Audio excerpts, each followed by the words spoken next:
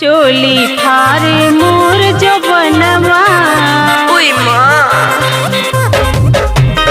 चोली का करे ले जा गवनवा सुना सजनवा दिनवा धराइले तना ले जा गवनवा सुना सजनवा दिनवा धराइले तना चोली फारे मोर जो बनवा चोली फारे मोर जो बनवा गवनवा मोरा कराइले तना चोली फारे मोर जो बनवा गवनवा मोरा कराइले तना कि चोली फारे मोर जो बनवा गवनवा मोरा कराइले तना। तोहरा कुछ बुझात नइखे।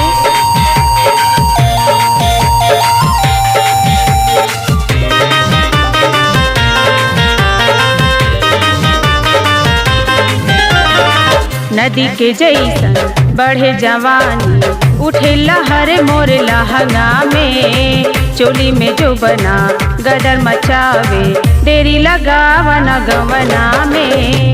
नदी के जैसन बढ़े जवानी उठे लहर मोर लहंगा में चोली में जो बना गदर मचावे देरी लगावना गवना में। सारी सारी रतिया फेरी करवटिया मन चहुआई देतना ए हो सारी सारी रतिया फेरी करवटिया मन चहुआई देतना चोली फारे मोर जो बनवा चोली फारे मोर जो बनवा गवनवा मोरा कराइले तना कि चोली फारे मोर जो बनवा गवनवा मोरा कराइले तना।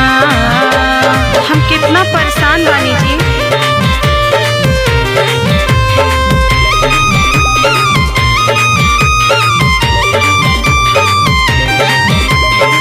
कहिए से पतरा देखावा तारा जतरा तोहार नाही बनता महुआ के जैसन रसगदराइल भोरे में रोज रोज चुअता। कहिए से पतरा देखावा तारा जतरा तोहार नाही बनता महुआ के जैसन रसगदराइल भोरे में रोज रोज चुअता।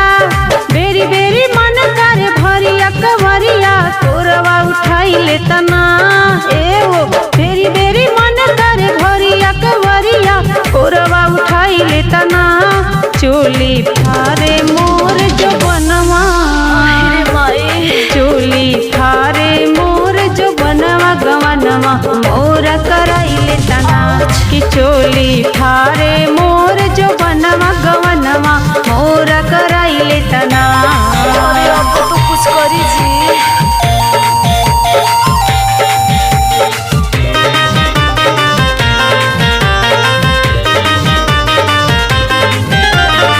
काहे न बुझताड़ा ए राजा आजा समझा मोर परेशानी के अपन अमानत ले जाए सैया बोझा उठे न जवानी के।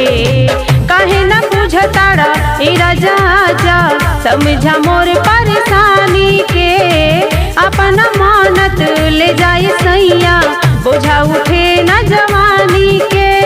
चढ़ली जवानिया लागे नहीं डरिया हजारी पियाई जतना अरे आ जाना चढ़ली जवानिया लागे नहीं डरिया हजारी पियाई जतना चोली फारे मोर जो बनवा चोली फारे मोर जो बनवा गवनवा मोरा कराइले तना कि चोली फारे मोर जो बनवा गवनवा मोरा कराइले तना।